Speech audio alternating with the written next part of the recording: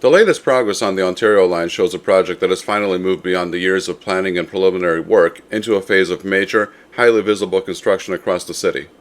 The centerpiece of this new momentum is the excavation underway at Queen Station, where crews are now digging out what will become the deepest and busiest station on the entire line.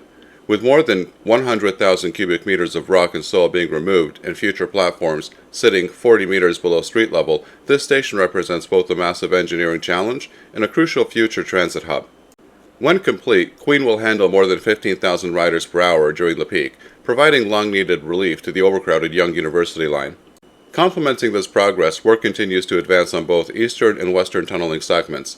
Near Gerrard and Carlaw, construction is underway on a major tunnel launch shaft that will eventually serve as the portal where trains emerge from underground tunnels onto an elevated guideway across the Don Valley.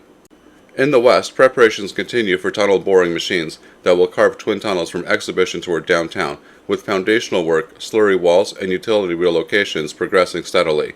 These steps indicate that the Ontario line's most technically challenging phase, its deep tunneling, will be ramping up significantly.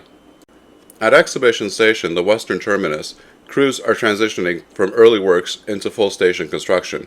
Early preparations are more than 90% complete, and teams are now building station structures, entrances, and power systems.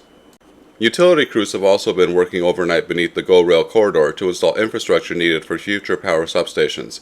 Though less glamorous than tunneling, this work is essential to the Ontario line's future automated train system and brings Exhibition closer to becoming a fully functional interchange.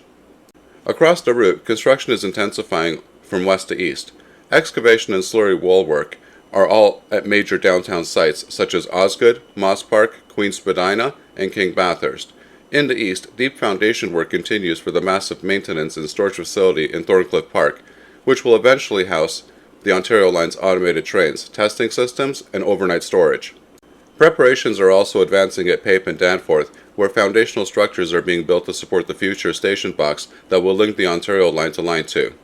At the same time, the province is pushing forward with transit-oriented development proposals, starting with the Queen Spadina site. The Ontario government is seeking a development partner for a new pair of mixed-use and mixed-rise buildings that will integrate directly with the station and deliver new housing, retail space, and more than 200 bicycle parking spots. These developments reflect a broader strategy to cluster growth around rapid transit in order to boost ridership, support housing supply, and create more walkable neighborhoods. Despite these advances, the Ontario line still faces significant challenges.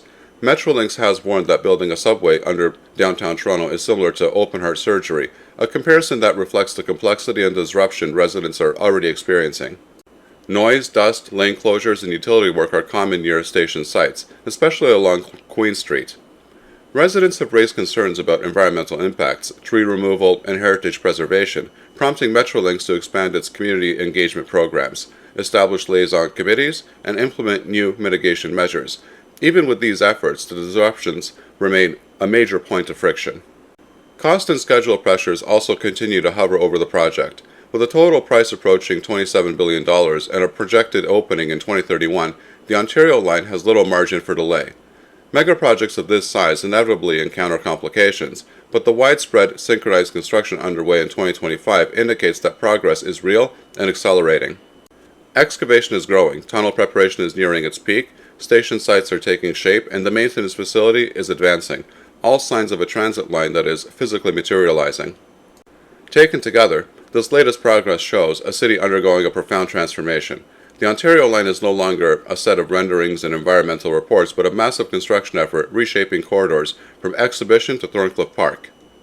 Although challenges persist, the work now happening across Toronto marks the most significant transit expansion the city has seen in decades and lays the foundation for a more connected, resilient, and efficient transportation network for years ahead.